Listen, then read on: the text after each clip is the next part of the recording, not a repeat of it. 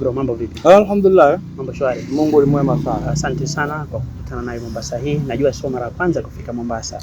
Lakini kipindi hicho unajisikiaje kwa Mombasa? Kipindi kimekuwa tofauti. Yaani unajua Mombasa kila siku ndugu zangu, marafiki, naongeza familia kubwa sana. Kwa hiyo Mombasa sasa sijui niipe zawadi gani. Lakini kiukweli kabisa safari hii nimekuja tofauti. Karibu sana Mombasa. Asante sana. Yangu kidogo tupe habari. Umekaa kwenye game zaidi ya miaka 18 20. Siri yako imekuwa ni ipi? Maana Matonya ni yule wa miaka ile mpaka leo. Siri ni ipi? Siri ni kuipenda kazi, kuiheshimu kwa sababu ndio inanipatia riziki. Kwa hiyo kama inanipa maisha lazima niheshimu hiyo ofisi. Kwa hiyo sio muziki tu.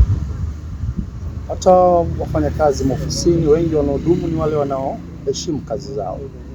Wanaodharau kazi mara nyingi wanaachishwa kazi. Kwa hiyo mimi kazi haijaniachisha kwa sababu naipenda na naifanya kwa utiifu. Asante. Mombasa hii kuna wasanii wengi. Kuna Batengo. Vipi unamzungumzaje msanii Batengo? Familia yangu ni kubwa kama ninavyokuambia Batengo. Hata tuna mawe kama mawili matatu ambayo tumeshafanya. Batengo nimemsikia mara moja tu, lakini amenipendeza sana. Amenipendeza na ana talanta kubwa. Kwa hivyo tutarajie kama mashabiki tutarajie kazi zako na Batengo. Yaani mtafurahi sana kwa sababu ni talanta nzuri. Kenya wananipenda, Mombasa wananipenda. Kwa hiyo lazima nirudishe pia upendo kwa watu wangu wa Mombasa. Batengo ni kijana wa Mombasa. Asante pia tumeshukuru sana kama ndugu zako wa Mombasa tunakaribisha muda wote. Hii ni Marcos TV. Muda wote tuko pamoja na wewe ndugu yetu Matonya. Mimi niko na nyinyi bega kwa bega na Mungu akipenda mambo mazuri yanafanyika. Na pia tunashukuru sana uongozi mzima wa Bosi Hassan wa TikTok. Lakini pia tunashukuru wa Kenya wote kwa mapenzi ambao wananipa kutoka mwanzo mpaka leo. Kwa hiyo nawaombea kila zuri upande wenu, kila zuri. Mimi niseme tu asante sana, lakini kama tunaweza ongea na TikTok kidogo kama yupo. Ngoja. Leo nimpigie.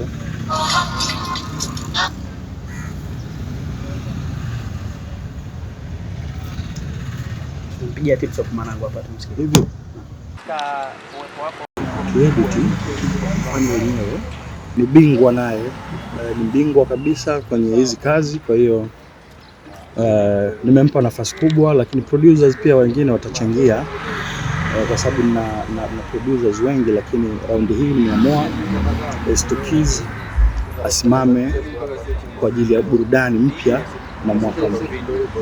Asante kwa kusikia mambo hayo ya kwa kuna albamu mpya inakuja.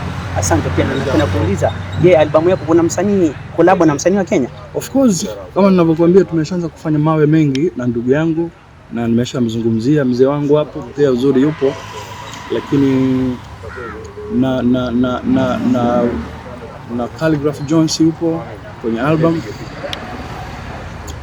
Pale kwa Stukiz kuna watu wengi sana, lakini sitawataja sasa hivi, lakini Jux naye ni mmoja ambaye yuko kwenye album.